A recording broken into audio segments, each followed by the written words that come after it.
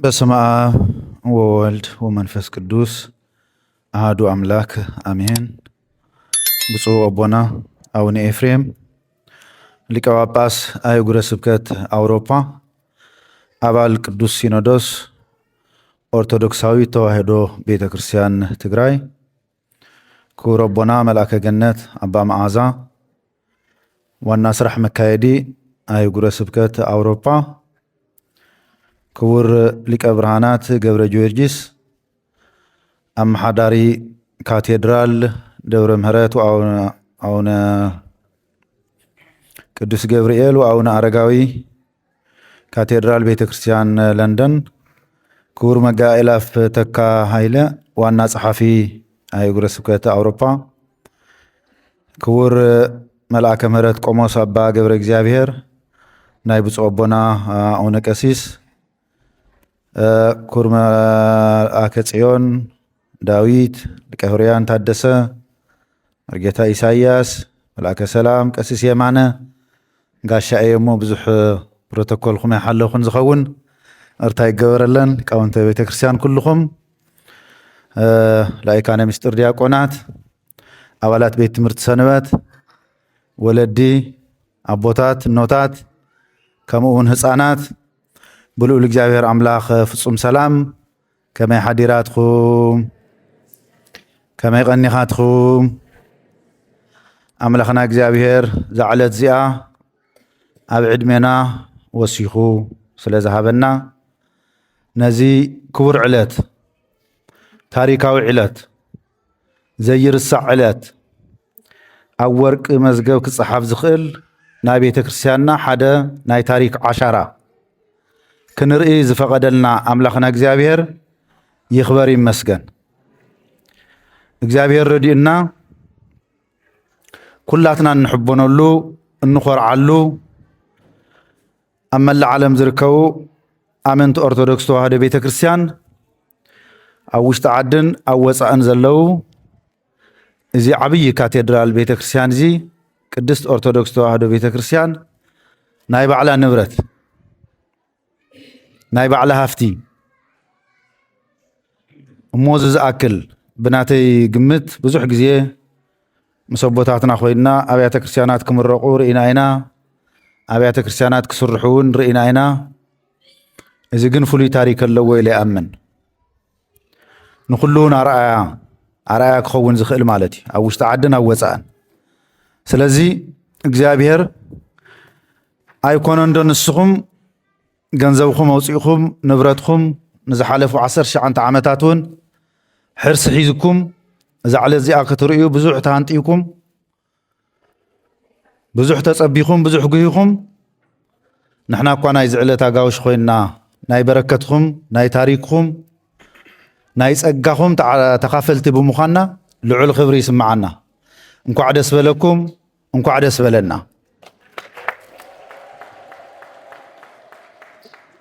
እዚ ንእሽተይ ደስታ ኣይኮነን።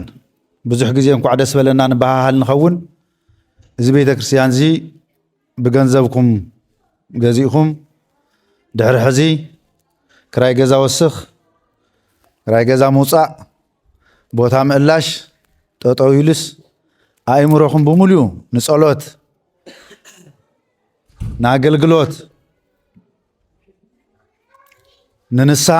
ንጽድቂ ጥራሕ ተዳልዩ ብቀጥታ ናብዚ ቤተ ክርስቲያን ዝናመጻኹም ኩል ግዜ እንዳተሓጎስኩም ትነብሩሉ ዕድል ስለ ዝኾነ ሕዚ እውን ካብ ብፁዕ አቦና አቡነ ኤፍሬም ጀሚሩ በቢ ብርኩ በቢ ደረጅኡ ኣብዚ ልዑል ኣስተዋፅኦ ዝገበርኩም ወለዲ ኣሕዋታሓት ብድጋሚ እንኳዕ ደስ በለኩም፣ እንኳዕ ደስ በለና። እግዚአብሔር አምላኽና ይኽበር ይመስገን።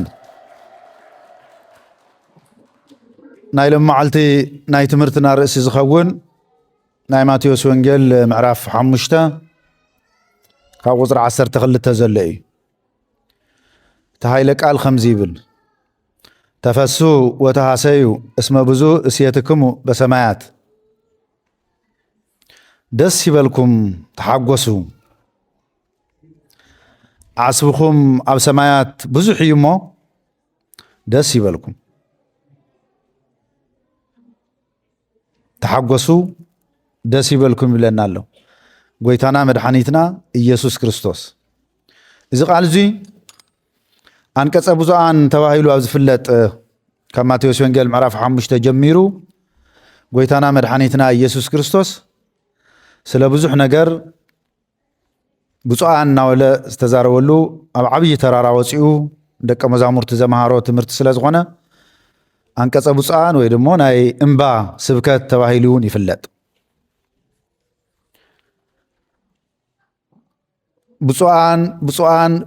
بصعان ناولا يخيد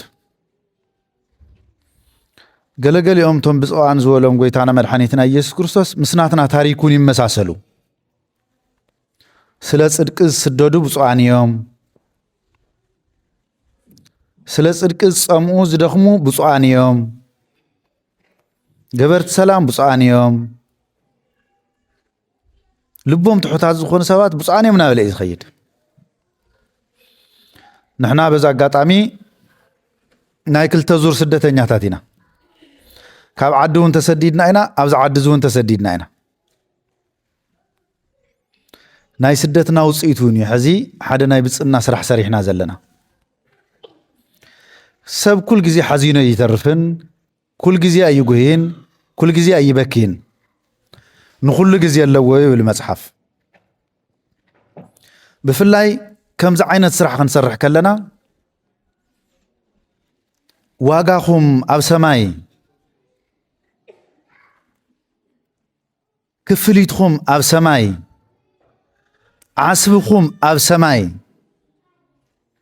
بزح عبي يمو دسي بالكم تحقسوا يبلنا الله قدس قال لو ما علتك نحقس قدني دسك بلنا قدني لعلو كله واغانا اب سمايات بزح سلازخونه واغانا اب سمايات عبي سلازخونه نحنا كريستيان أمدر واقع يندلين أمدر نصبوي واقع يلن واقعنا شلماتنا أو سماء يزلو عبي سرع أنت نسرع عبي تحقاس يصبينا بزح سرح بزح منفساو سرح أنت نسرع بزح منفساو صقع أو سماء يصبينا نزد ما دس يبلنا نحقوس واقع خمزلنا نأمن اتحزن ندخمو زلنا اتحزن هانصو زلنا بيت مقدس اب سماي كنرخو اينا ايغرمكمن اندستريس فاكتوريز هوتيلز كالوت ابز مدر زلو بطعمي مغرمت مدممت زبحالو اب سماي نرخو من إذا حزت أطويلنا الله زلنا بيت مقدس جن أو سماءنا نرخوه سماويتيا بيت كريستيان تاريا بيت كريستيانكو نايت زل عالماوي منغستنا تناي سلام مثالي خوينا أمدر نقلقل الله كويا بر سماويت كويا بيت كريستيان ستتمثل بس راه اريام زلائلنا ولا يقا نقلقلين دينا زلنا لقاوت نا بيت كريستيان كنا اتكلنا ونكو سلام ليك قدست بيت كريستيان امثال يروساليم سماويت مسال ومسجاد ومستسري هاتيات نالنا دي كنا نسالم اذا بيت مقدس يا او سماي كنصنحنا نذا بيت كريستيان زي اخنا هانص بزوصانا يو بزدخمنا يو دم اب سماي تايلنا عبي واغالنا بزح واغالنا نزي غويتانا مدحانيتنا ኢየሱስ ክርስቶስ ደስ ይበልኩም ዋጋኹም ኣብ ሰማይ ብዙሕ ስለ ዝኾነ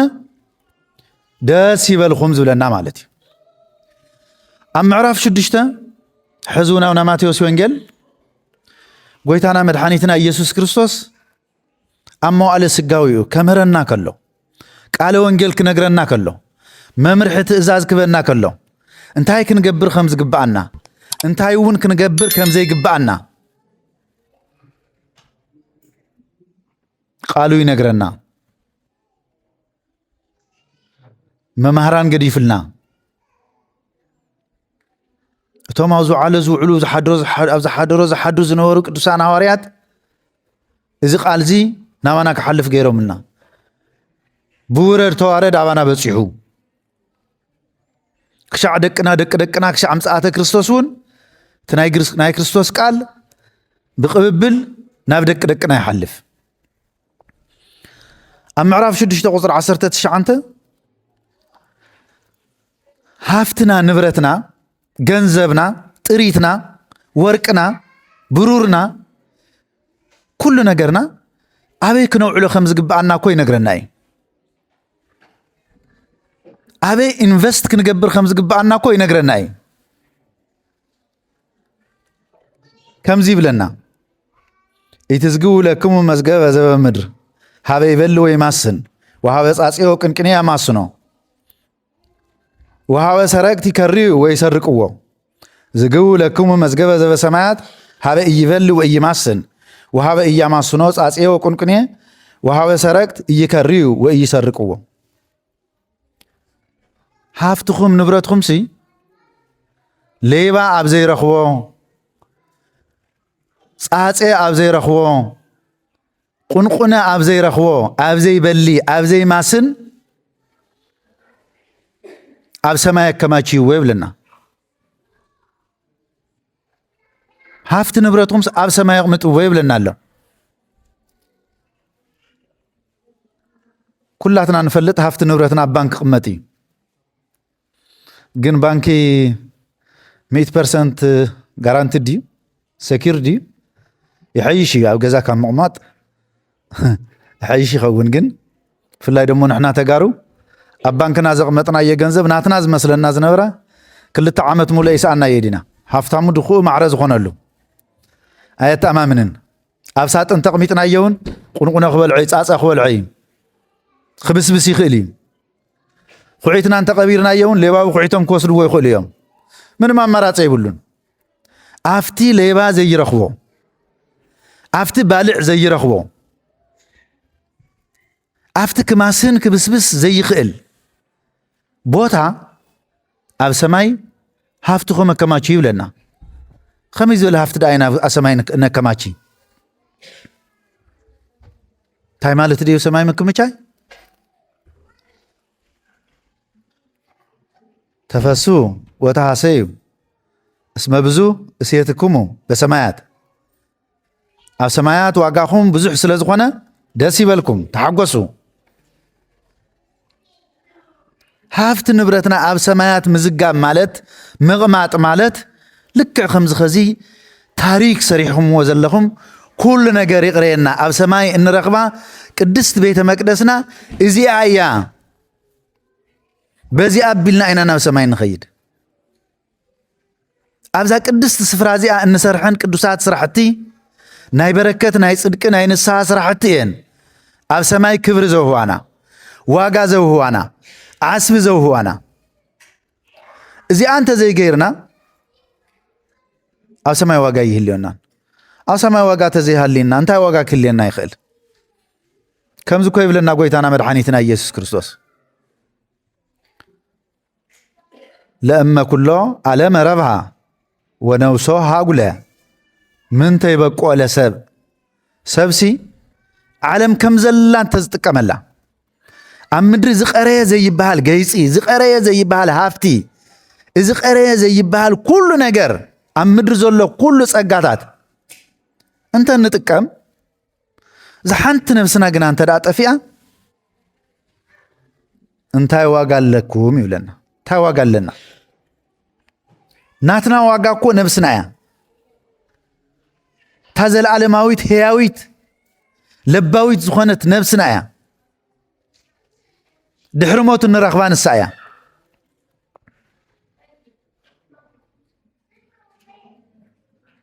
ነዛ ነፍሲ እዚኣ ኢና ንሓስብ ዝግባአና ኩሉ ኣማኒ ክሓስብ ክጭነቕ ክወፅእ ክወርድ ዝግብኦ እዛ ነፍሲ እዚኣ ከይትዓርቕ እዛ ነፍሲ እዚኣ ከይትጠሚ እዛ ነፍሲ እዚኣ ከይትብስብስ ከይትመውት ነዚኣ ክንሓስብ ይግባአና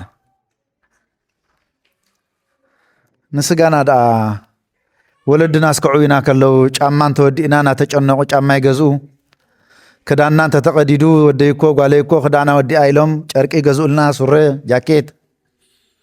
ኩሉ ዓይነት አልባሳት ይገዝኡልና አሞንጎ ሕዝውን ደቅና ክነሓስቦ ዝግባአና ስለ ጫማ ጥራይ ከይኮነስ ስለ ዝብላዕ ስለ ዝስተ ጥራሕ ከይኮነስ ስለ መንፈሳዊ ህይወቶም ነፍሳዊ ህይወቶም በአካል ከምንዓቢ ሁሉ ብመንፈሱን ክንዓቢ ስለ ዝግባአና መንፈሳዊ ዕቤት ዝበሃሉን ስለ ዘሎ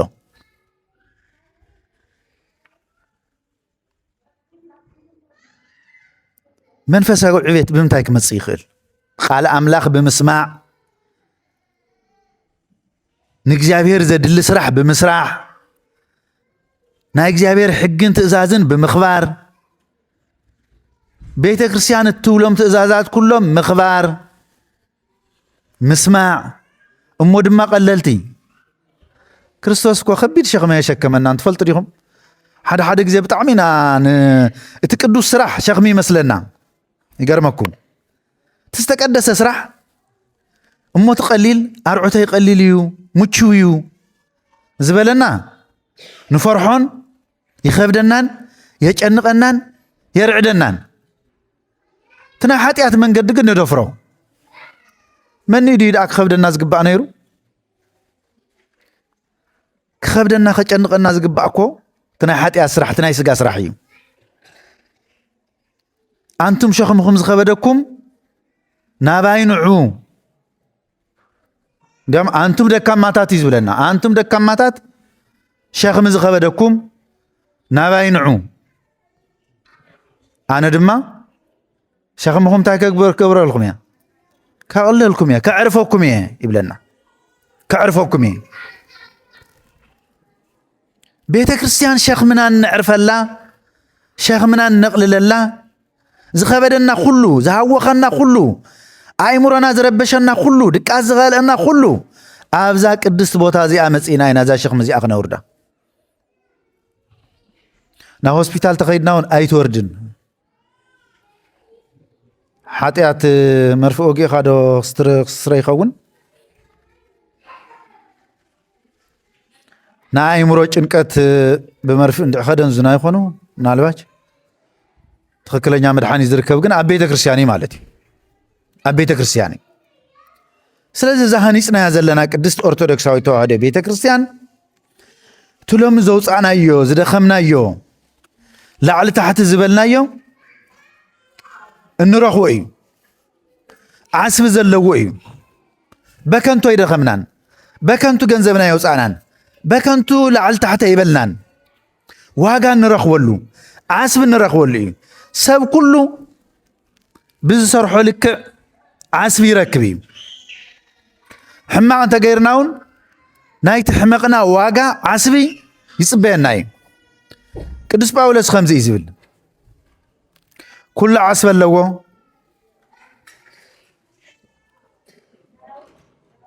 ዓስቢ ኃጢአት ሞት እዩ ይብለና ቅዱስ ጳውሎስ ኣብ ሮሜ ምዕራፍ 6 ካብ ቁፅሪ 23 ጀሚርኩም ክትርእይዎ ትኽእሉ ዓስቢ ኃጢአት ሞት እዩ ኃጢአቱን ዋጋ ኣለዎ ማለት እዩ ጽድቂ ዋጋ ከም ዘለዎ ኩሉ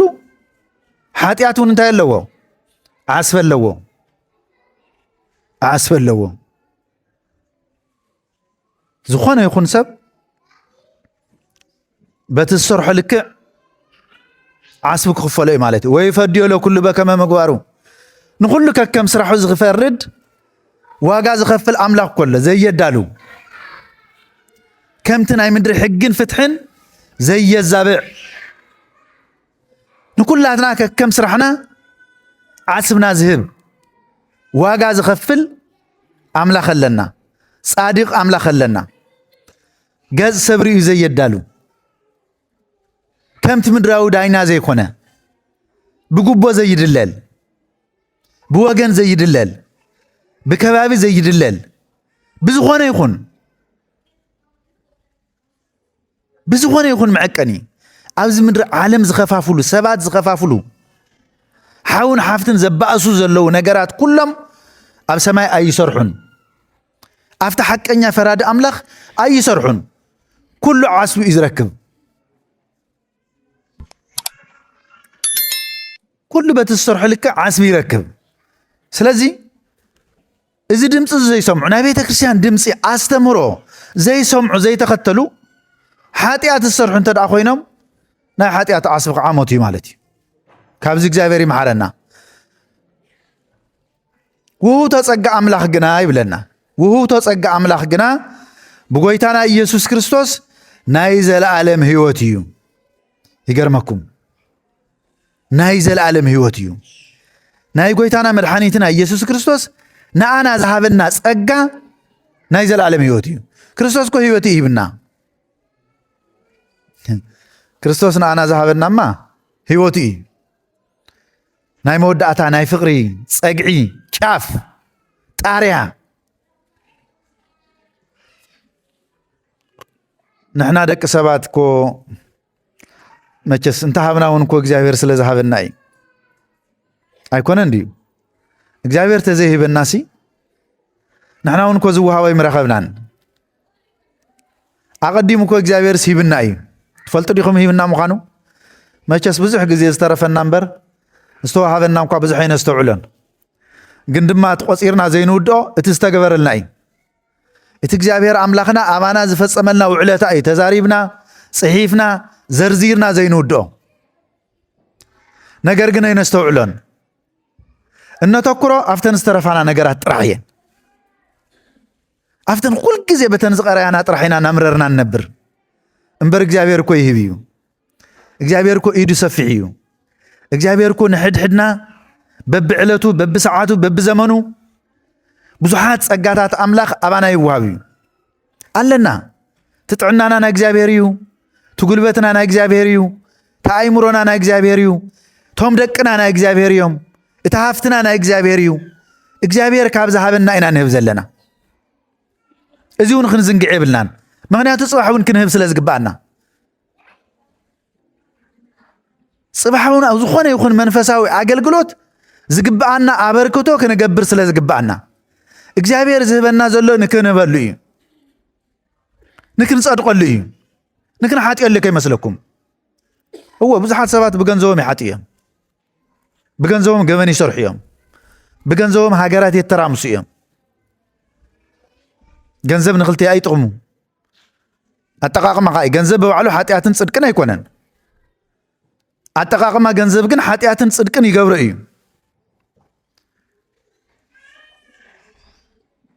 ኣብ ልተውዕሎ ልክዕ ኣብ ናይ በረከት ቦታ እንተ ዳ ውዒልካዮ ንጽድቂ ይገብረልካ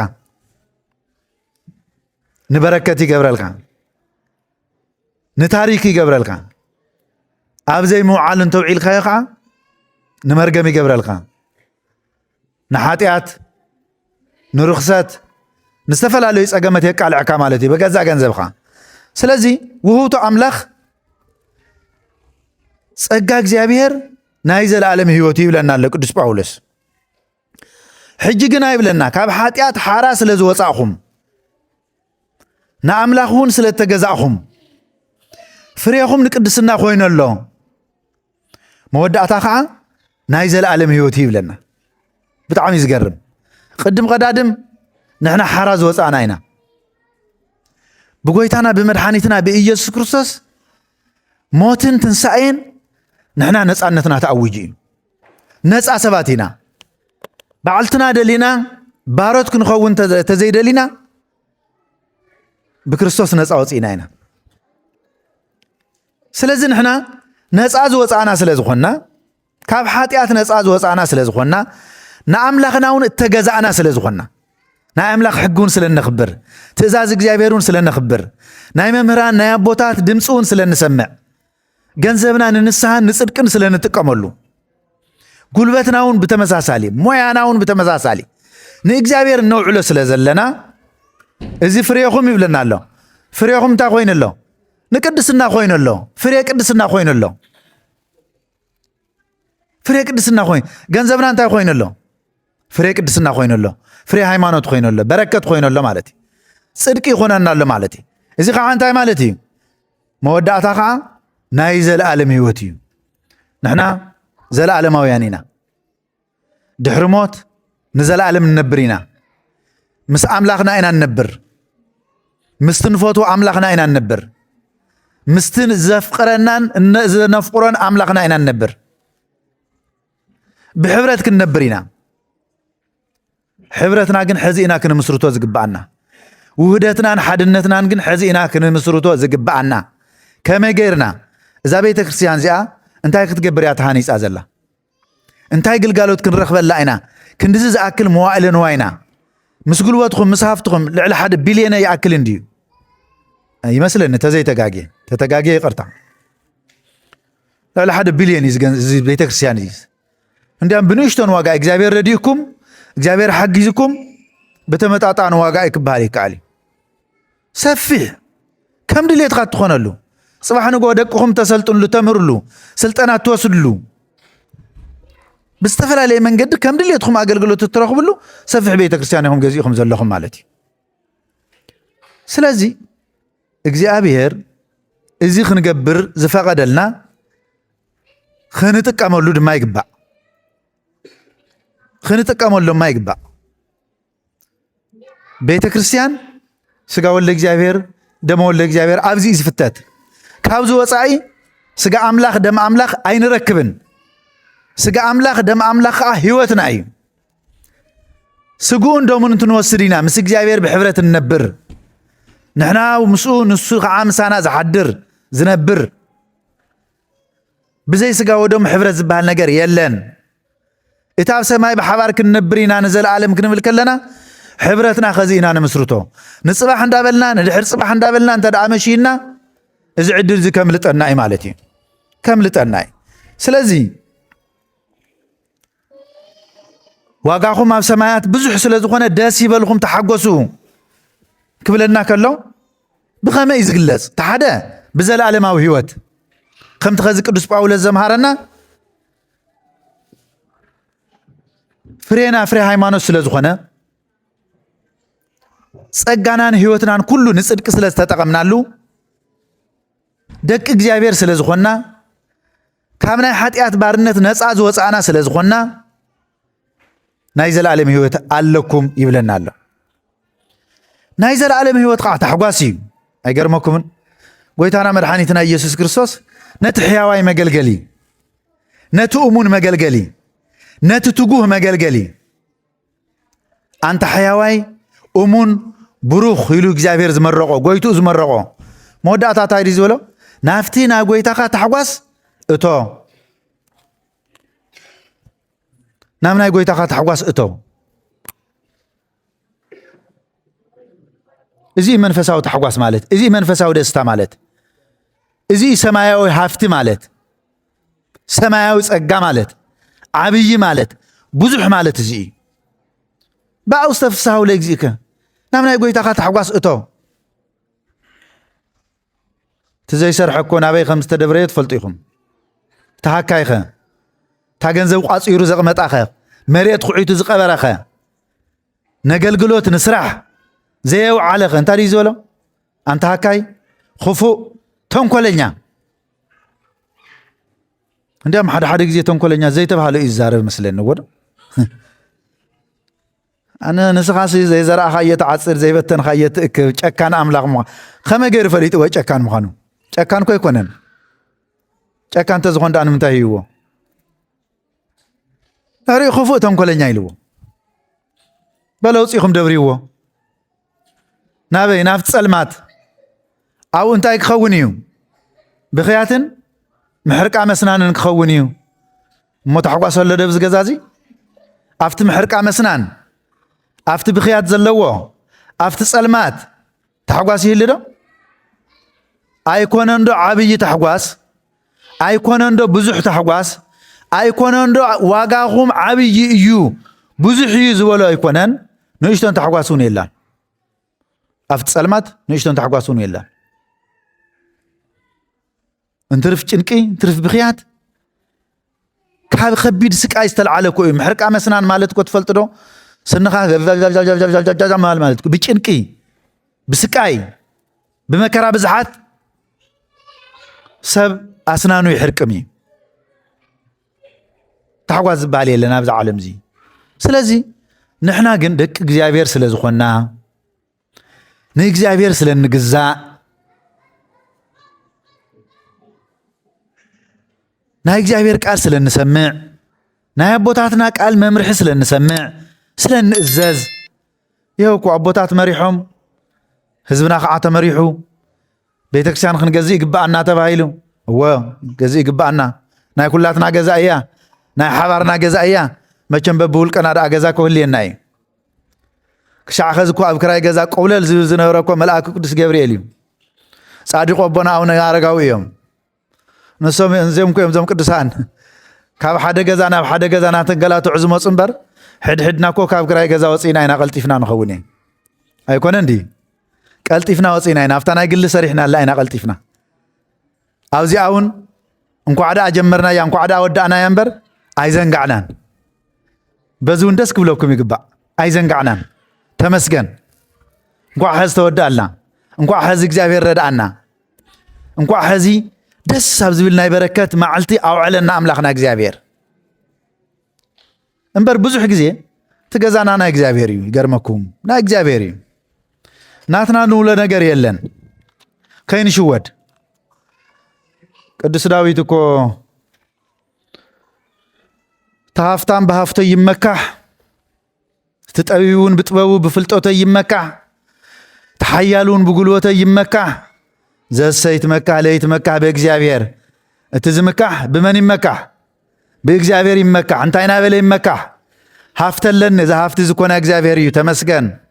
ولاد اللون إذا ولاد زكونا إكزابير يتمسكن